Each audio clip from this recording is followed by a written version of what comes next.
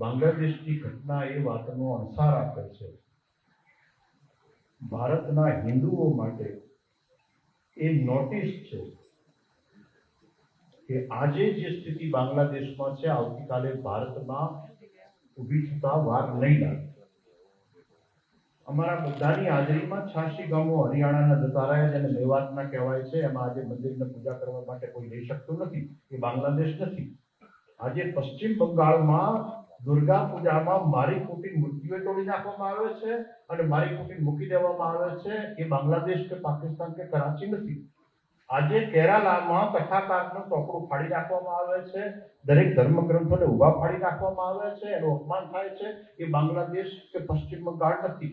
આજે પણ કાશ્મીરમાં પોતાનો વતનો જે કશ્યપ ઋષિનો વંશજ છે એવા બધા જ વિસ્થાપિતો આજે ભારતના અલગ અલગ ખૂણામાં પડ્યા છે અને કાશ્મીરમાં જઈને એમના સામે રહી શકતા નથી। એ બાંગ્લાદેશ નથી।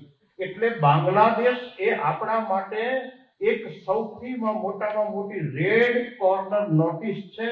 હું અહીંથી આ માધ્યમથી કહેવા માંગુ છું, મીડિયાના માધ્યમથી કહેવા માંગુ છું, ભારતના હિન્દુઓને, સાધુ સંતોને અને સનાતની સંસ્થાઓને કહેવા માંગુ છું કે રેડ કોર્નર નોટિસ છે। બાંગ્લાદેશમાં આજે મોટું લાચાર એટલા માટે છે અમે લોકોએ કોઈ દાડો હૈનો હૈનોના ટોળા સિવાય બીજો કોઈ ધંધો કર્યો નથી। નહીતર જો એક ઇસ્લામિક ક્રાંતિ જો ફિલિસ્તીનમાં થતી હોય અને એના પડઘા દુનિયાના 180 દેશોમાં જો મુસ્લિમો આપી શકતા હોય તો એના સામે આપણે કશું ઉકાળી શક્યા નથી। અને બીજો વિષય એ છે કે આજે પણ હું તમને કહું કે ભારતમાં જો આજે પણ યોગી અને મોદી નથી ને તો આજે ભારત ભૂમિ પર પોતે હિન્દુ છે ને એ બાંગ્લાદેશીઓ હિન્દુની સ્થિતિમાં આવી ઉભો રહી શકે એમ છે। આ વાસ્તવિક વાત છે અને વાસ્તવિકતાને સ્વીકારી અને ટોળાશાહીઓને હેઠી મૂકી અને સિંહોના ટોળા પેદા કરવાની કંઈક પ્રયત્ન થાય। બાંગ્લાદેશના હિન્દુઓ માટે આપણે કંઈક કરવું જોઈએ જેથી કરીને એ હિન્દુઓને પણ લાગે કે અમારી જોડે આ ભારતના તમામ હિન્દુઓ, ભારત દેશ આખો અમારી જોડે છે। આપણે જોઈએ છે કે અત્યારે એ એટલા લાચાર છે કે એનો અવાજ પણ ઉઠાવી શકતા નથી। હમણાં એમને આંદોલન ચાલુ કર્યા છે પણ આપણે એની જોડે રહીશું તો એમને પ્રેરક બળ મળશે। અત્યારે આપણે જે વિશ્વની આવી માનવ અધિકારની જે સમિતિઓ છે કે સંયુક્ત રાષ્ટ્ર સંઘ છે કે બધા જે દેશ છે એને ખરેખર હિન્દુઓ પ્રત્યેની હમદર્દી એમને જાણીને એના માટે જે કંઈ કરવું પડે છે એ આપણે કરવું જોઈએ। એ સરકાર પર દબાણ લાવવાની જરૂરત પડે તો એ દબાણ પણ આપણે ભારત સરકારે એના પર દબાણ લાવવું જોઈએ અને જરૂર પડે તો એના માટે કડક પગલાં ભરવા પડે તો પણ ભરીએ। અને હિન્દુ આપણે જે સંત સમાજ છે એ પણ એના ત્યાંના હિન્દુઓને જોડે છે। જરૂર પડે તો ત્યાંથી બાંગ્લાદેશમાંથી જે હિન્દુઓ અહીંયા આવે તો એને પુનઃસ્થાપિત કરવા માટે આપણે એને સહકાર આપીએ અને જ્યાં જ્યાં જરૂર પડે ત્યાં જે વિભાગમાં જે રાજ્યમાં એ લોકોને વ્યવસ્થા કરવાની થાય તો સાધુ સમાજ ભેગા રહી આપણે એની વ્યવસ્થા કરીએ અને એની સલામતી માટે આપણે વિચારીએ અને સરકારને આપણે ઠરાવ પસાર કરી અને આપણે તમામ સાધુ સમાજ એક જ છીએ, સાથે મળીને આના માટે વિચારવું જોઈએ અને ત્યાંના બાંગ્લાદેશના હિન્દુઓને લાગવું જોઈએ કે સમગ્ર ભારतની અંદર તમાम हिंदू हमारी जोड़े थे। मुसलमानों को भी यह शिक्षा लेना चाहिए कि भारत में सुरक्षित हैं, कि वहाँ सुरक्षित हैं जहाँ वो अपने मूल स्थान मानते हैं। प्रमाण है हिंदुओं को भी शिक्षा लेनी चाहिए, हिंदुओं को भी शिक्षा लेने की आवश्यकता है।